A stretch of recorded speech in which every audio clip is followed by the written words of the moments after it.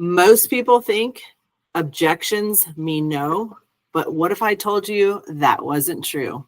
Welcome to the dojo. It's Sensei Tosh. So glad to have you here today. So many people are afraid to get an objection. So let's just debunk that. Let's go through it to build your confidence to move past it. So what is a sales objection? A sales objection is a concern, doubt, or hesitation a patient expresses when they're not fully ready to say yes. It's not a rejection. It is it's a signal. So I want you to think of it as this: a question that hasn't been asked, a fear that hasn't been voiced, or a concern that has not been addressed. This is why it's very, very important for you to understand the scripts. We did a recording on this. I'd encourage you to go back and look at the why behind the words. You have to fully understand that so that you can pace with the patient and know when these objections are going to start to come up. It's because something wasn't handled, the right question wasn't asked. There's something that's left there that's causing some level of uncertainty. I love how Myron Golden says this: an objection is an infected question.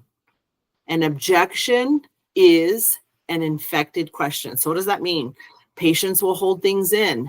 They aren't asked the right question. So their objection festers, just like if you get a splinter. If we don't do anything about that, we know it's there. And if we don't take it out, it's going to get infected. It becomes bigger than it really is because it's left unresolved. We want to handle everything so that at the end of the report, the only thing left is to say yes. So we handle all of the objections ahead of time by asking the right questions, getting them to ask questions, and getting those handled. How do you know it's an objection? They hesitate or say things like, I need to think about it. And we have handles for all of this. If you haven't been in our sales training dojo, get in there. We have a sales and closing course that takes a deep dive into how to handle these things. I need to think about it. Let me talk to my spouse. That's a lot of money. These are all indicators that you didn't ask questions or you didn't present the information in a way that they feel confident to make an informed decision to move forward. They ask questions late in the conversation that signal they are unsure or uncomfortable. People say no when they don't KNOW.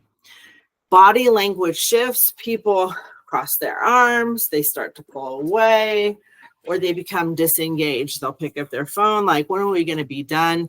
These are not good indicators. So how do we handle objections before they show up? We ask better questions early.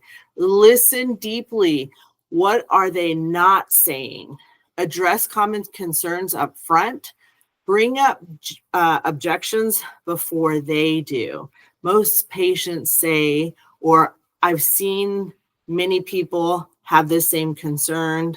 That's not unusual. You're just like everybody else. So let them know that ahead of time. What I'd like you to do is work on training your team to spot those emotional hesitations. Get curious, not defensive. I listen to recordings all the time, and sometimes case managers get upset with the patient because they're not moving forward. The case manager's too stuck on the end result of closing the person instead of being in present time consciousness with them to really hear what are they saying, and then what are they saying in between the lines. Sometimes it's not what's said, it's what they're not saying that you have to learn how to become really good at picking up on. And we normalize objections. It's no big deal. People get so scared that at the first objection, that means like, oh, they're not going to start on care. That is just simply not true. When you do start getting questions, not always objections or complaints about, oh man, this costs a lot of money, this is going to be a big investment, that means they're actually considering the service. So you're very, very close to getting them to take up care. Handle them early, gently, and confidently. Objections are opportunities. I think this is something that's oftentimes forgotten. And when your team understands that objections are just unspoken concerns, they can build trust, discover the true concern, lead with confidence, and close more cases with care and clarity. Experience success knowing they are helping to change lives in a deep, meaningful way. So don't be scared of objections, but get so good that those become less and less, and the person is very excited because they understand what's at cost for them. For them to not do the care is going to be more expensive on their personal time, their professional time, their financial book, because what's to come is worse than investing in the greatness that you're presenting right now. So remember, always present your care as a direct handle to the thing that they have going on. This will lessen the amount of objections that come through, but don't be scared of them. Accept them, work through them, and remember, an objection is an infected question that either didn't get asked or didn't get handled. I hope that helps you. Be blessed, be a blessing, and we'll see you on the next one.